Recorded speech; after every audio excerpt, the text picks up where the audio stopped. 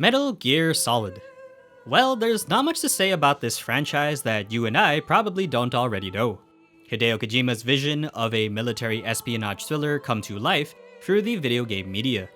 Humbly starting off as an action game that prioritized stealth rather than shooting, basically to avoid making another Contra game thanks to limited hardware and budget, it has since become a very iconic franchise made even more popular by its 3D series, Metal Gear Solid, which undoubtedly revolutionized the stealth genre as a whole, and one of the reasons stealth games exist today.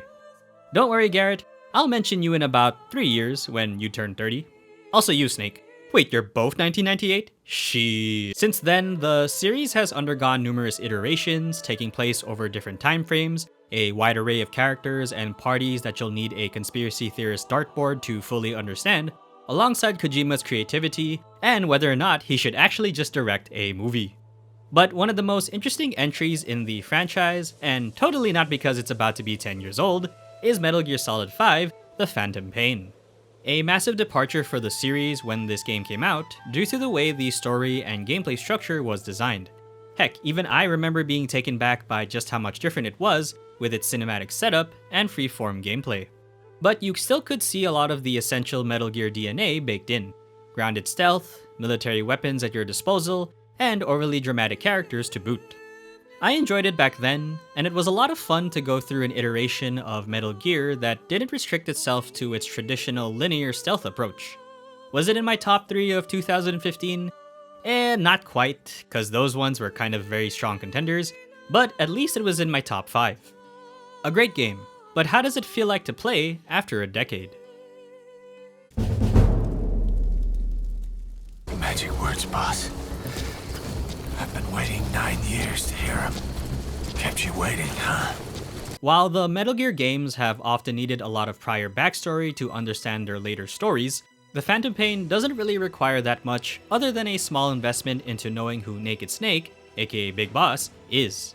Big Boss, who was the original protagonist of Snake Eater, Portable Ops, Peace Walker, and a core background figure into every Metal Gear game, please see a professional MGS explainer, is coming out of a 9-year coma after the events of Ground Zeroes, where his mother base has gone kaput, and Paz, the Idol of Peace, was unfortunately the reason for the coma.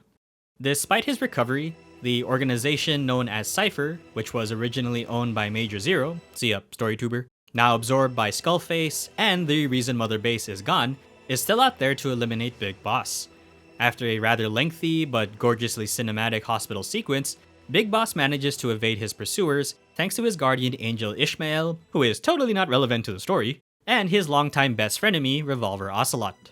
From here, it's a tale of both revenge and loss as Big Boss, that rhymes, tries to rebuild Mother Base while taking revenge on Cypher as the new Diamond Dogs. You could say he's got it rough. Rough.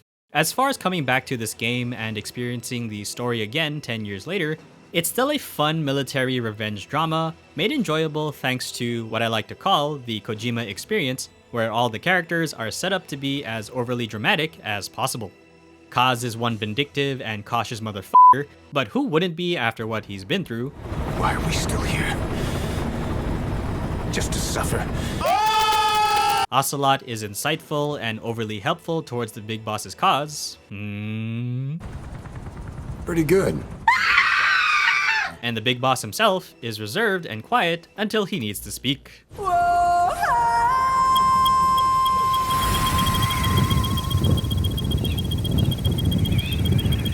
The core cast of Diamond Dogs are a tight-knit band of brothers who look out for one another. Foiled by everyone else like Huey, Code Talker, Eli, the Man on Fire, or the Third Child, albeit the last 3 that I just mentioned, whose total lines amount to almost exactly 0, is a dramatically fun cast that fits into the world of Metal Gear, even if the style is a bit different from the other games. The script is still very much a Kojima script, so your mileage for enjoying the character dialogue will depend on how okay you are with certain absurdities in the writing. Now you're not sleeping, and we're not junkyard hounds. We're Diamond Dogs.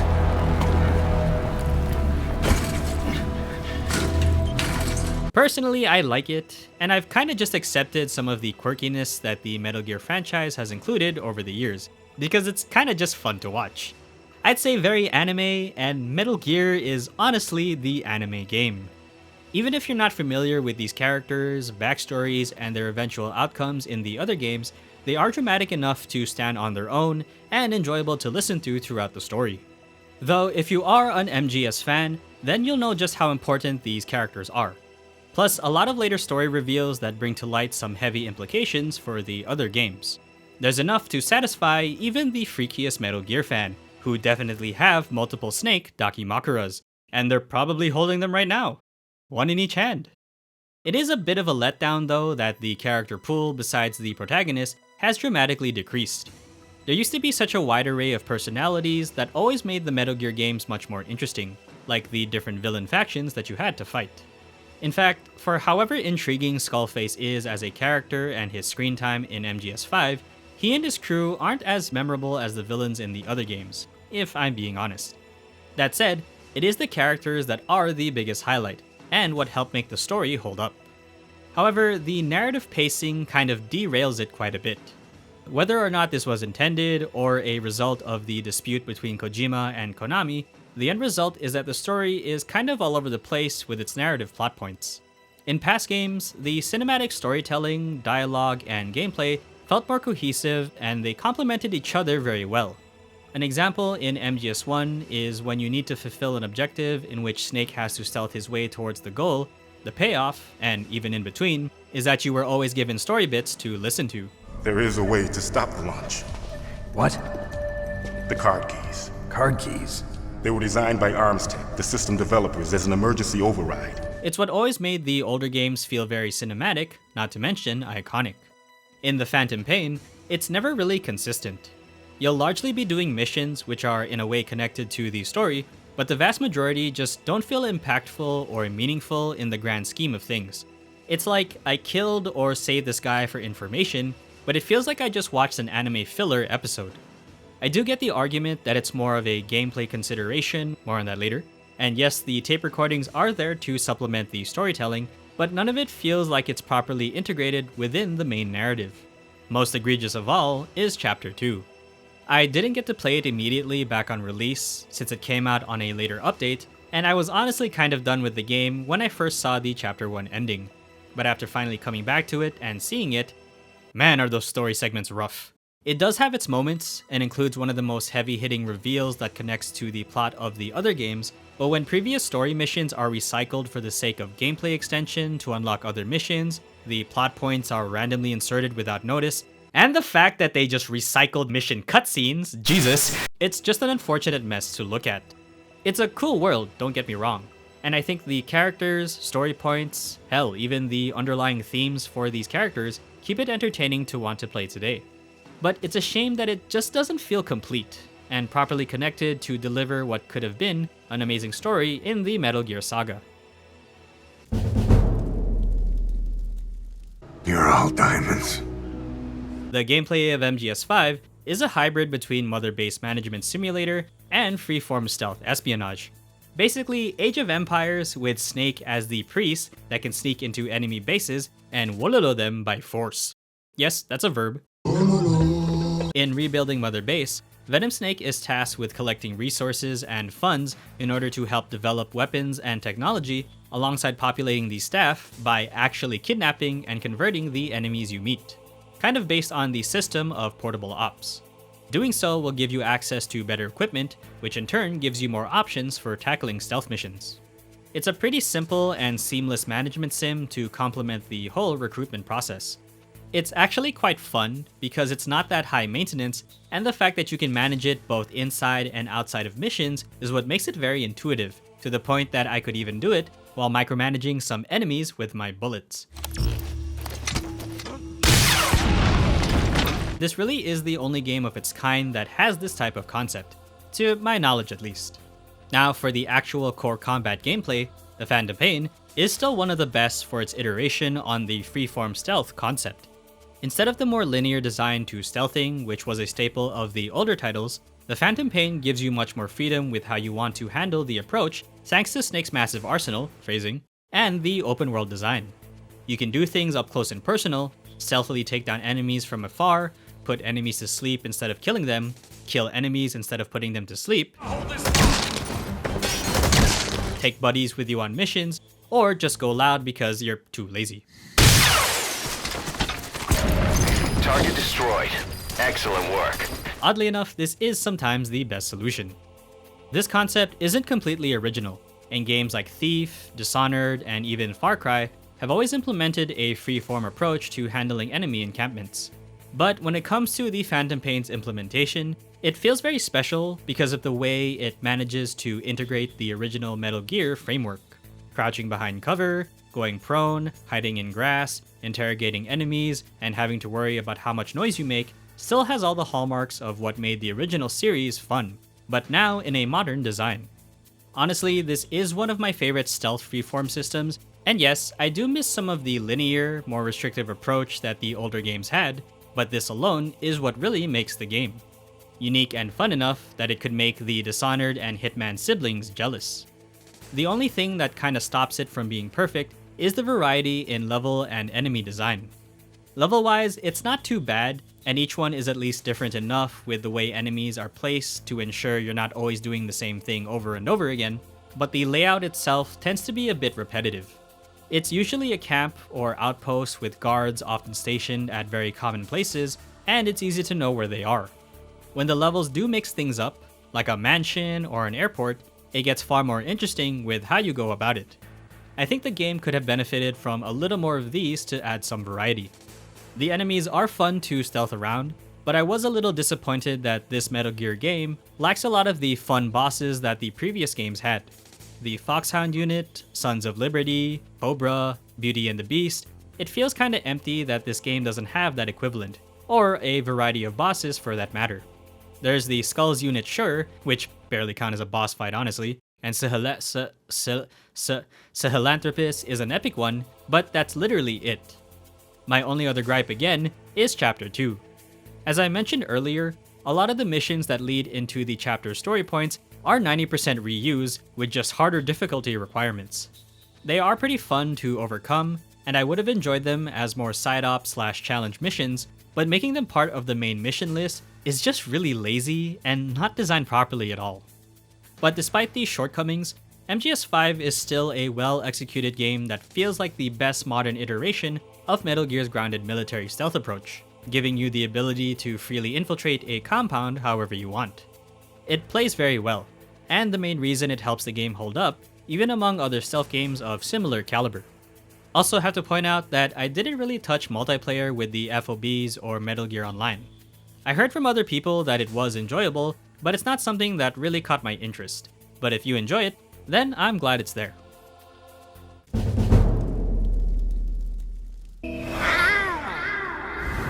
For 10 years old, the Phantom Pain still looks pretty good and runs just as well as it did on release. Visually, for something originally released back in 2015, it still hits all of the checkboxes with its character models, vehicles, locations, and it continues to exemplify the design elements that the series is often known for. It does have some rough edges now though, especially if you look at certain characters, surface textures, things like anti-aliasing not being perfect, but nothing that really feels too out of date.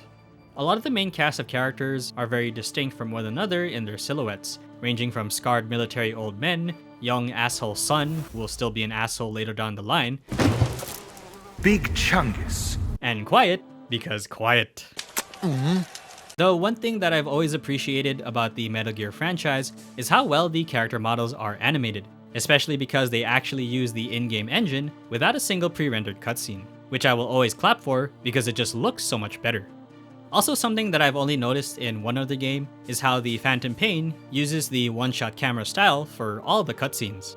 It's a pretty effective cinema style that makes it seem like you're part of the action.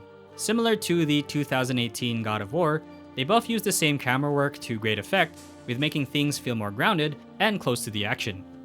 And if you're a fan of military desert/jungle-like theaters, then this game will not disappoint. Very earthy and military focus, so different shades of green, browns, with whatever earthly metallic colors get tossed in between. The sound though, is probably one of the best military sounding atmospheric games you'll hear. Helicopters touching down, This is a Sequan! On station at LZ! boots on the ground,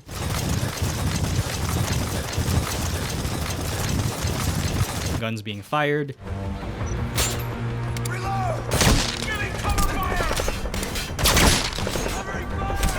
vehicles being driven, very military with a slight bit of futuristic thrown in.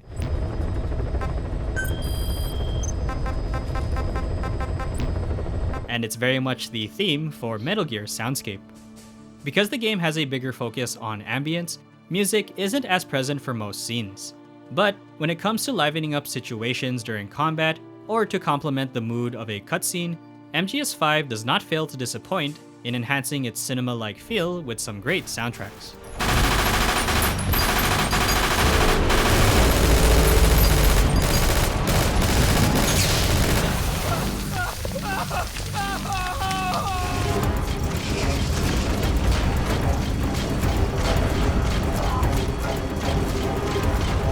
If you don't get away from that thing, it'll bring down the chopper.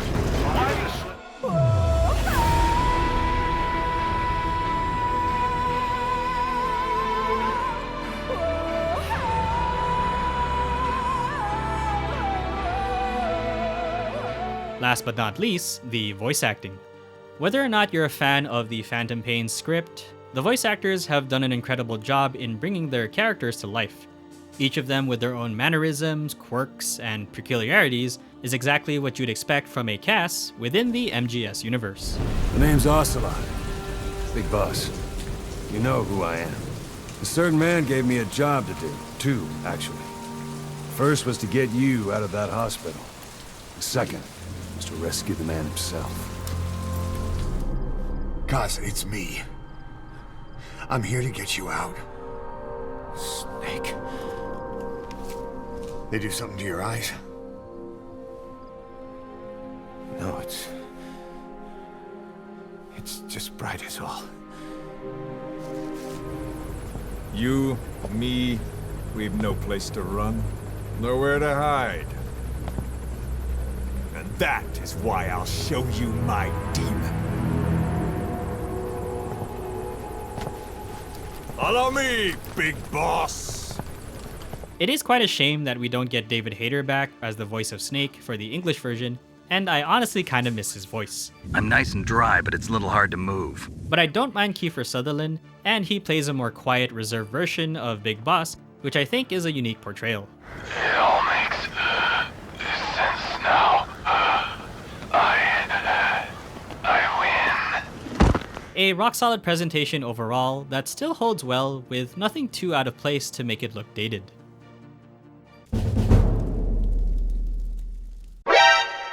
So does it hold up? I'd say yes, but it depends on what you want out of something from the Phantom Pain. Are you hoping for a cinematic drama experience that the Metal Gear Solid series has always been known for? Well, you'll get some, and then you won't. It's a lot different for sure, in the way that it handles its character arcs and narrative presentation. I did enjoy it from beginning to end for The Man Who Sold the World, but it's a shame that the components that would have comprised Chapter 2 and beyond are kind of out of place and disconnecting to make the game feel incomplete. Are you looking for amazing tight-knit gameplay? Heck yeah! This iteration is still the best out of the modern Metal Gear games to date. The controls are tight, every action feels meaningful, he can't quite crawl on all surfaces, but you know, still. You feel in control of Snake, and that's what honestly makes it very good to play. Could the level design have been more varied for more interesting missions? Hell yeah!